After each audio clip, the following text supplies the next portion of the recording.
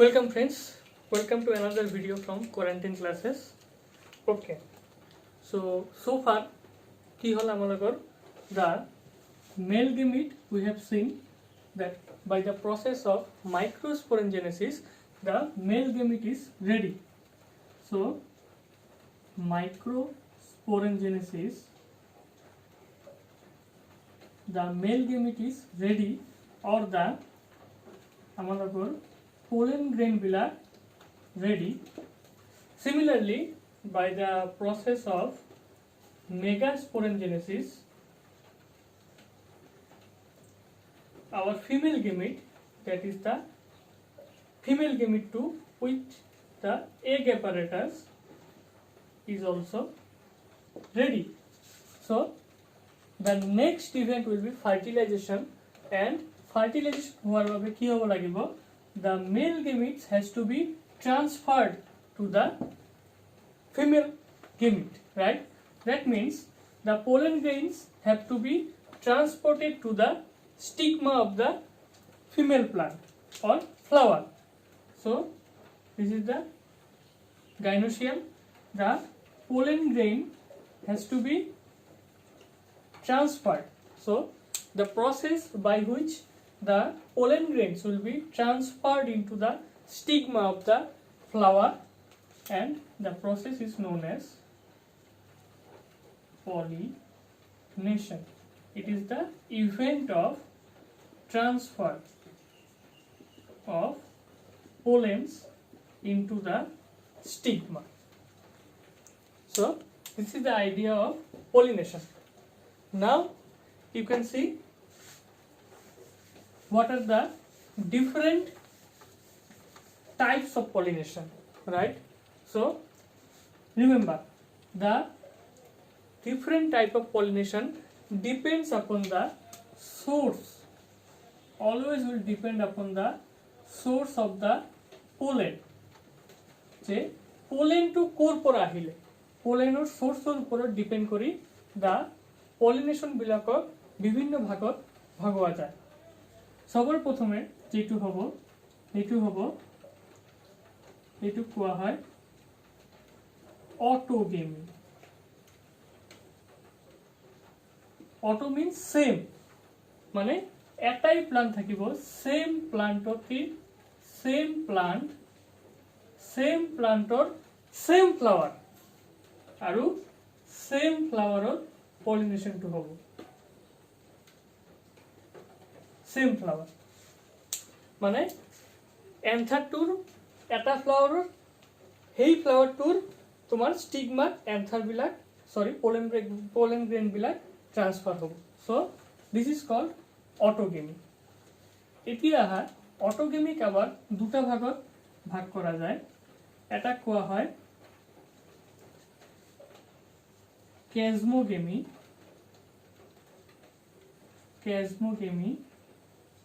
আৰু আন এটা হল ক্লেইস্টোগেমি।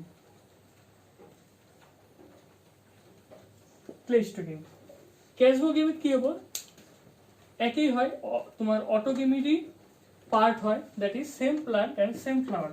Suppose this is a flower, these are the anthers and this is the gynoecium. So the pollen grain from the anther will be transferred into the stigma of the same flower.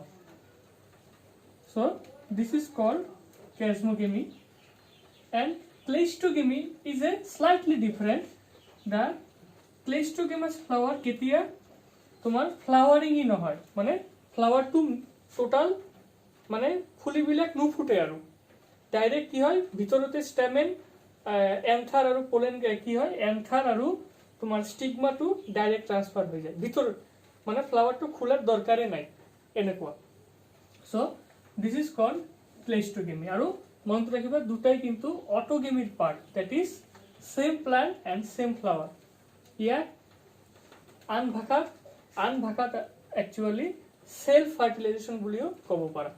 Since auto means same, gamy means transfer of gametes into the same plant and same flower. আৰু যেতিয়া ফ্লাওয়াৰটো flowering হ'ব আৰু same ফ্লাওয়াৰৰ তোমাৰ pollen grain বিলাক same ফ্লাৱাৰৰ স্টিগমাত আহি পৰিব তেতিয়াহ'লে কেজমোগেমি। আৰু ক্লেষ্ট্ৰিগেমিটো কি হ'ল তোমাৰ ফ্লাৱাৰটো ফুলিবিলাক ফুটাৰি দৰকাৰী নাই, মানে ভিতৰতে সব কামবিলাক হৈ যাব। So the cleistogamous flowers never bloom. Bloom means ফুলিবিলাক যে ফুটে তাক ব্লুম বুলি কোৱা হয়। নেক্সট দেখা তোমাৰ নেক্সট এইটো তেনেহ'লে চোৱা অটোগেমিত কি হ'ল সেম প্লান্ট সেম ফ্লাৱাৰ, তেনেহ'লে জেনেটিক ভেৰিয়েশ্যন বিলাক একেবাৰেই কম বা তুমি ক'ব পাৰা no genetic variation. So you can say in case of autogamy actually no genetic variation. 2 নম্বৰটো যেটো আছে আমালোকৰ সেইটো কোৱা হয় গেইটনোগেমি। গেইটনোগেমি এইটো কি হয়, এইটো হল obviously same plant but this is same plant but different flower, different flower। তেনেহ'লে সাপোজ এইটো এটা প্লান্ট হয়, এইটো এটা প্লান্ট, এটা ফুলি আৰু আন এটা ফুলি, the plant is same but suppose এই ফ্লাৱাৰৰ এন্থাৰৰ পৰা যেটো পোলেন গ্ৰেইন আহিছিলে এইটো এই ফ্লাৱাৰৰ স্টিগমাত আহি পৰিলে। so this is called geitonogamy and the plant is same but different flower of same plant, this is called geitonogamy। but এই ক্ষেত্ৰতো কি হ'ব জেনেটিক ভেৰিয়েশ্যনটো কিন্তু বহুতে কম হ'ব কারণ প্লান্টটো সেমে। that is why in case of geitonogamy there is also the less or you can say no genetic variation হল। তেনেহ'লে তুমি ক'ব পাৰা অটোগেমিত কি হয় সেম প্লান্ট সেম ফ্লাৱাৰ, গেইটনোগেমিত কি হয় গেইটনোগেমিত সেম প্লান্ট বাট ডিফাৰেন্ট ফ্লাৱাৰ। বাট টেকনিক্যালি এইটো কিন্তু কি হল ক্রস পলিনেশনই হল, মানে সেলফ পলিনেশন নহল কিন্তু জেনেটিক ভেরিয়েশন কিন্তু তথাপিও নাইকিয়াই থাকিব। সো তোমাৰ গেইটনোগেমিক তুমি ক্ৰস পলিনেশন বুলিও ভাবিব পাৰা, ক্ৰস পলিনেশন সিন্স তোমাৰ এন্থাৰ আৰু স্টিগমাটো ডিফাৰেন্ট ফ্লাৱাৰৰ হয়। লাষ্ট যেটো আছে সেইটো কোৱা হয় 3 নম্বৰটো, সেইটো কোৱা হয় জেনোগেমি। জেনোগেমিৰ ক্ষেত্ৰত কি হয়, জেনোগেমিৰ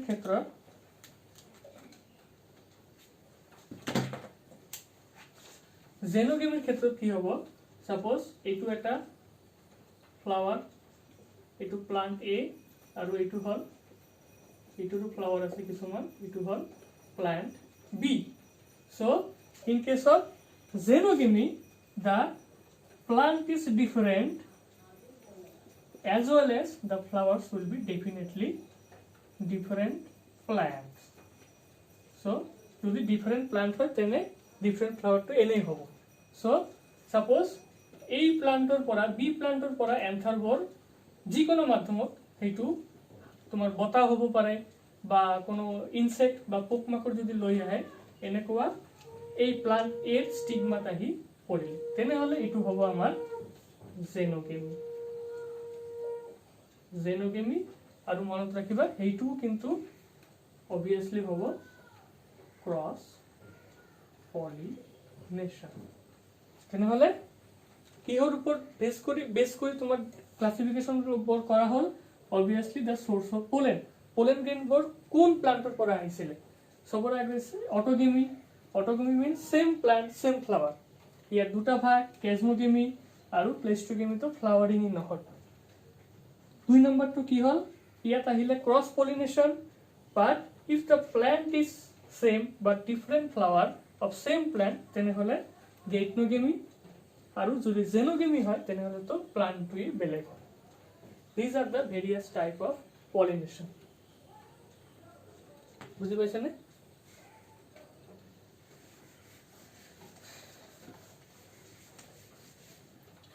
তেনেহলে আৰু এটা কথা যে ইন কেস অফ জি তোমার cross pollination, that is actual cross pollination, xenogamy, the genetic variation will be very good.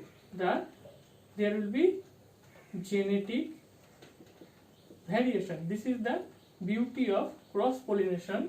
Suppose এই ফ্লাওয়াৰটোৰ তোমাৰ এন্থাৰ বিলাক আছিল কি আছিল suppose red আৰু এই ফ্লাওয়াৰটো আছিল white. Suppose red flower প্লান্টৰ এন্থাৰ বোৰ আহিলে ক'ত white flower stigma তেনেহলে এটা নতুন ভেরিয়েশন জেনেটিক ভেরিয়েশন পাওয়া গেল suppose pink so genetic variation is actually possible only in case of actual cross pollination, that is the xenogamy. It is important.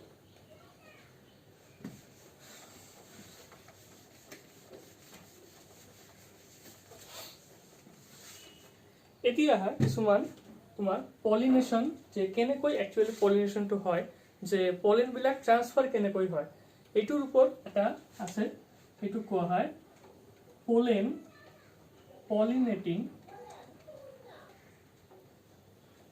pollinating agents বিলাক মানে জীৱৰ দ্বাৰা পলেন গ্ৰেইনবোৰ ট্ৰান্সফাৰ হয় বেসিক্যালি দুটা হ'ব পাৰে এটা কোৱা হয় বায়োটিক মানে আৰু আন এটা হ'ব পাৰে এবায়োটিক বায়োটিকৰ ভিতৰত কি হ'ব পাৰে বতাহ হ'ব পাৰে এটো কোৱা হয় উইন্ড হ'ব পাৰে wind pollination this are abiotic factors you know wind পলিনেশনৰ ক্ষেত্ৰত কি হ'ব সাপোজ পলেন গ্ৰেইন বিলাক কি হ'ব লাগিব ভেরি মাচ লাইট হ'ব লাগিব হালকা হ'ব লাগিব হালকা যদি নহয় ভারী হয় তেনেহলে কি হ'ব তোমাৰ হাৱাত তোমাৰ ট্ৰাভেল কৰিব নোৱাৰিব simply. So the pollen grains has to be, in case of wind pollination, has to be light. Has to be lightweight. আৰু কি হ'ব লাগিব চিপচিপা হ'ব নোৱাৰিব মানে যদি স্টিকি হয় তেনেহলে তো প্ৰবলেম হৈ যাব আৰু নন স্টিকি বা ড্ৰাই হ'ব লাগিব যাতে তোমাৰ উইন্ডত ইজিলি ট্ৰাভেল কৰিব পাৰে 2 নম্বৰটো হল এটো কোৱা হয় তোমাৰ উইন্ড পলিনেশন আৰু ওয়াটাৰ হ'ব পাৰে ওয়াটাৰ যদি হয় তেনেহলে উল্টা হ'ব কি হ'ব পোলেন গ্ৰেইন বিলাক কি হ'ব লাগিব যদি ড্ৰাই হয় তেনে তো ওয়াটাৰত নষ্ট হৈ যাব গতিকে পোলেন গ্ৰেইন বিলাকৰ বাহিৰত এটা কভাৰিং থাকে special covering and it is known as mucilage covering আৰু এইটো কি কৰে পোলেন গ্ৰেইন বোৰ যাতে পানীত নষ্ট নহয় যায় এইটো এনশিওৰ কৰে সো দিস ইজ ইম্পৰ্টেন্ট আৰু এই তোমাৰ কোশ্চেন বোৰ আহে জেনাৰেলি যে মিউচিলেজ কিয় তোমাৰ ওয়াটাৰ পলিনেশনৰ ক্ষেত্ৰত পোলেন গ্ৰেইন বিলাক নষ্ট হৈ নাযায় আৰু এটোৰ এটা এক্সাম্পল আছে ভিলসেনেৰিয়া সো আৰু যদি তুমি এবায়োটিক বোৰ সোৱা এবায়োটিক বোৰ কি হ'ব লাগিব জেনাৰেলি কিবা প্ৰাণী বা পোকমাকৰ এইবিলাক হ'ব সাপোজ যদি কিবা ইনসেক্ট হয় ইনসেক্ট মানে পোকমাকৰ বিলাক ইনসেক্ট হ'ব পাৰে ইনসেক্ট বোৰ কাম কি এটা ফুলৰ পৰা আন এটা ফুলত যোৱা আৰু হিয়তৰ যেটো লেগ হয় ইনসেক্টৰ যেটো লেগ হয় এনেকুৱা এই লেগত কি হয় পোলেন গ্ৰেইন বিলাক সাপোজ অ্যাটাচ হয়ে যায় আৰু এই যেতিয়া আন এটা বেলেগ ফ্লাৱাৰত যাব তেতিয়া কি হ'ব এই পোলেন গ্ৰেইন বিলাক স্টিগমা ট্রান্সফার হয়ে যাবে so pollination by insect is known as entomophily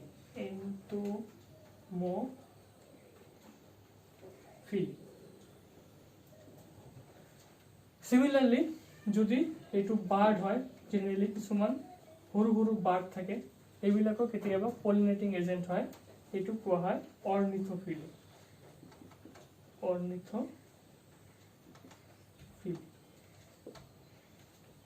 entomo why actually এন্টমোফিলি আৰু যদি বাৰ্ড হয় কেতিয়াবা তেনেহ'লে কোৱা হয় অৰ্নিথোফিলি বুলি কোৱা হয় সো তোমালোকে পাইছানে পলেন গ্ৰেইনবিলাকক এটা স্পেশাল মেটেৰিয়েল থাকে তাৰ আউটাৰ কাভাৰিঙত এক্সাইনত